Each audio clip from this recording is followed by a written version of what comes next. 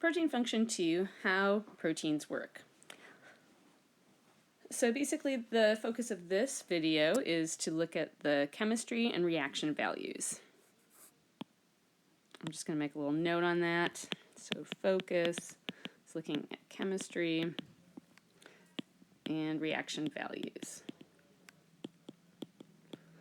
And so some of this may be familiar to you if you've taken another chemistry course or biochemistry course recently. And again, some of the vocabulary may be a little bit different, so just be aware of that and see how biologists and molecular biologists in particular use this terminology.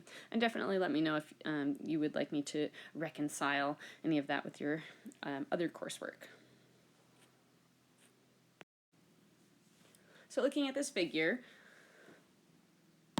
we're checking out a particular molecule, and let's say this is a ligand, and how it binds with potentially with 3 different proteins. And basically, the big thing here is that this molecule A can collide with any other proteins, and so we want to understand which one it has the strongest interaction with. And basically, this is a vocabulary word, binding strength, which is equivalent to talking about binding affinity.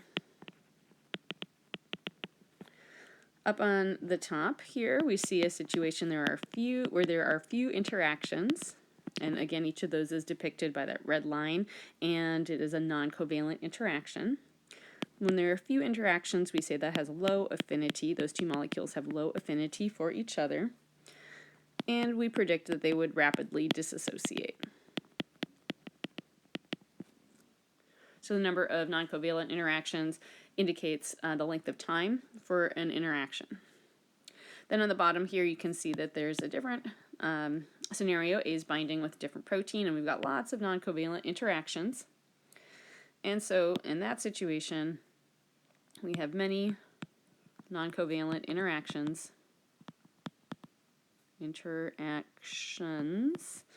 and this would be a high affinity. And this would be a persistent interaction. And so we want to be able to put some particular numbers to comparing different proteins rather than these general trends. And so basically to compare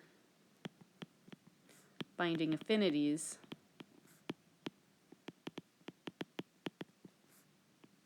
we're going to use the equilibrium constant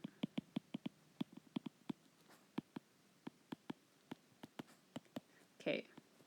So it's an uppercase K. And as you may know from chemistry courses, when we talk about equilibrium, we're talking about a reaction, and we're going to compare reactants and products. So let's talk about equilibrium. Equilibrium can be kind of a confusing term. Its name obviously has equal within it, which might imply that there would be a perfectly equal state where the products equal the reactants. While that's possible to happen, that's not necessarily the case, and in fact most of the time is not. Instead, equilibrium is a balance point, and this varies across different chemical reactions. So for equilibrium, let's define that as the state at which the forward and reverse reactions, and I like this abbreviation RXN, if you haven't noticed that already, and the equilibrium is a state where the forward and reverse reactions are equal. So this refers to reaction rates, the equality of it. And basically that means that we do not have equal numbers of concentration. However, we're talking about the rates. So again, this is not a perfectly balanced situation necessarily of half products and half reactants. However, it is a situation when there is no net change in the concentration of the product. And I use these little brackets, like you've probably seen in chemistry, for concentration. And there's no net change in the concentration of product or the concentration in substrates.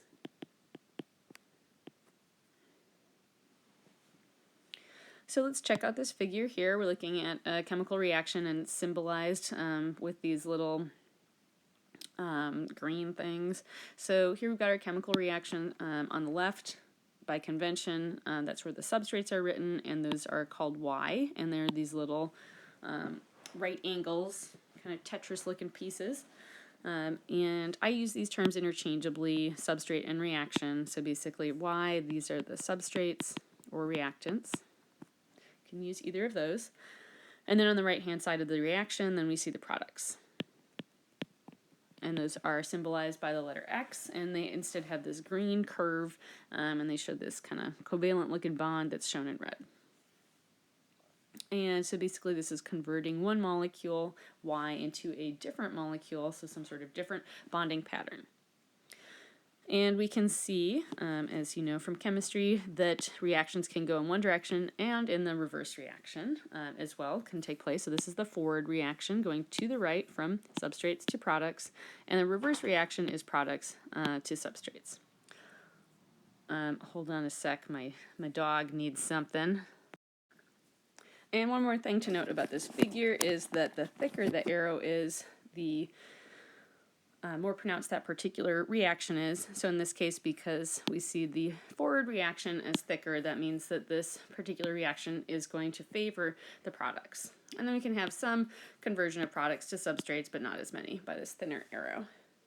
And basically down here, this is depicting what it would look like over time once the equilibrium point has been reached, that we would have some substrates, but not as many as the products. So we have a larger number of those. And basically, again, this particular reaction is favoring the products. Okay, let's put some numbers to this. So we're going to talk about the equilibrium constant. As I mentioned earlier, so equilibrium constant is symbolized by an uppercase K, and this is a ratio. This is what the formula is. So it's the concentration of products divided by the concentration of the reactants. And just to write that out, so concentration of products divided by concentration of reactants.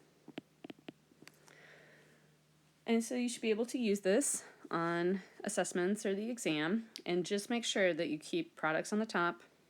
Obviously, you're going to get very different results if you invert this ratio. And so basically the products, I would think of it as alphabetically, so P, and then R is later in the alphabet, and that's kind of how that goes. So let's look at a reaction. Again, the one we had last time on the last slide was Y being converted to X. And so let's write out what that looks like for calculating the equilibrium constant for this reaction. That is when we have K equal to the concentration of products divided by the concentration of reactants. And so let's put some numbers to that. So for this example, let's say we have 10 moles of Y, and those at equilibrium contain 100 moles of X. And again, this is at the equilibrium point. And so to calculate equilibrium constant, you could pause the video and calculate that yourself now. And I'm just going to go on through. K equals 100 divided by 10, since we've got 100 moles of X, divided by 10 moles of Y. And when we divide 100 by 10, should be able to do that without a calculator, then our value is 10. Second example, let's check this out. We're going to have a different chemical reaction, so we can use some different values. Each particular chemical reaction would have a particular equilibrium value. So let's say that we have molecules B that are being converted to molecules A. And at equilibrium, let's say we have 100 moles of B and 10 moles of A. And again, this is our little symbol for equilibrium, equal sign with a little squiggle on the top. So let's do calculation for the equilibrium constant. Pause it if you want. K is the concentration of products, which is 10, divided by the concentration of reactants, which is 100. That simplifies to 1/10, which is 0.1. So let's talk a little bit about what that means and what we kind of expect for high or low equilibrium values. So rule of thumb is that 1 is really the key point. If we have K that is greater than 1, this means that the direction of the reaction favors the products. And again, it's a ratio. This little symbol greater than, it has the opening on the left, and then so K is bigger than 1, where the little pointy part is symbolizing the 1. And you could also think of this just, if you like, this is kind of like an arrowhead, so this is showing that the reaction is going to the right, and again, that's always where the products are found. And so basically, this has a equilibrium constant of 10, and so that's obviously more than 1, and so again, that's when we have a reaction that favors products, and you can see that just looking at the numbers. So it's a good idea to kind of go back and double check yourself, make sure you didn't accidentally invert that ratio. And then let's talk about the other example, and so this case we have obviously a low, much lower K value, and here's the cutoff. So when K is less than 1, the direction of the reaction favors the reactants. And again, we've got our symbol for less than, and so this is like an arrowhead pointing to the left. And so in this case, you can clearly see that we've got a lot more molecules of B than we do of A.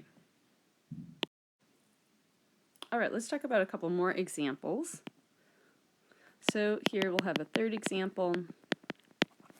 With example 3, we're going to take it up a notch, and we're going to have two reactants, so molecule A and molecule B. And then the product is AB, and that is when the individual molecules A and B are now covalently bound to each other. So let's write out what K would be in this sort of reaction. So when we figure out the equilibrium constant K, we put the concentration of the products, which that is the concentration of AB, and then we divide that by the concentration of the individual reactants, concentration of A, multiplied by the concentration of B. And again, so that's our individual reactants here. So for this example, so at equilibrium, there's going to be 1 mole of A and 1 mole of B, and 100 moles of the combined molecule AB.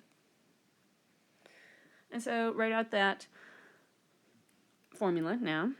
So K is 100 divided by 1 multiplied by 1, and that gives us an equilibrium constant of 100.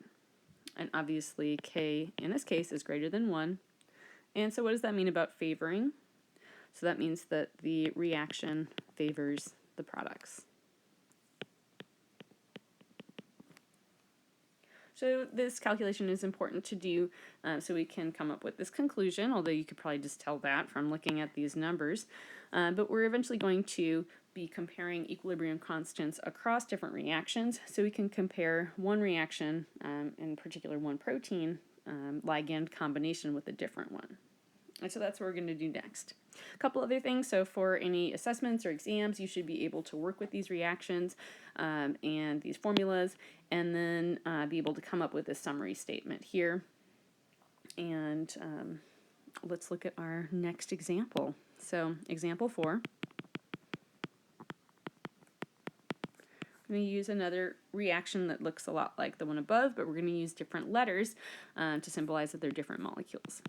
So we've got molecule C and molecule D, and in this reaction, the They put together something that's is a little dodgy. It's actually CD.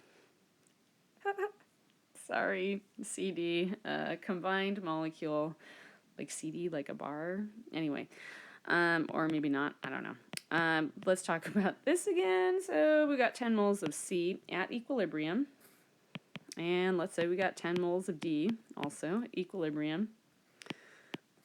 And then there is 1 whopping mole of CD, which is not very CD altogether, but anyway.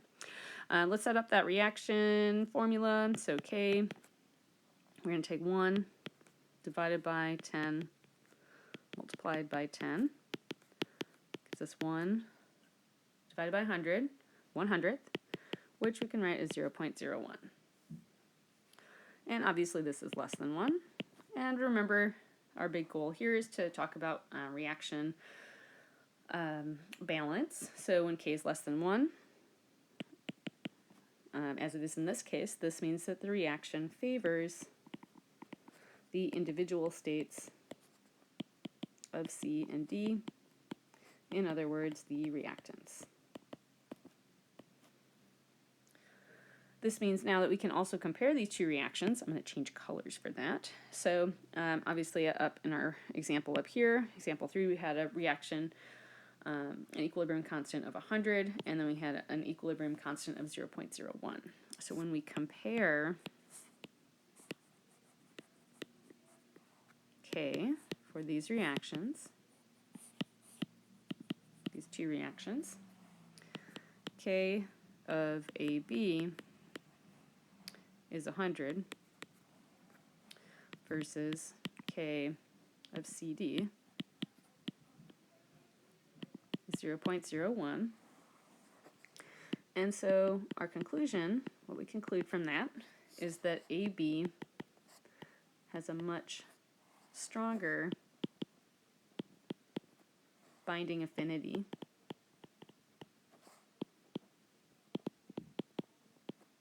than CD. And again, this is a way that we can start to compare across different reactions and compare the activity of certain proteins, or we could even potentially, in certain cases, compare one protein and how it interacts with one ligand versus another.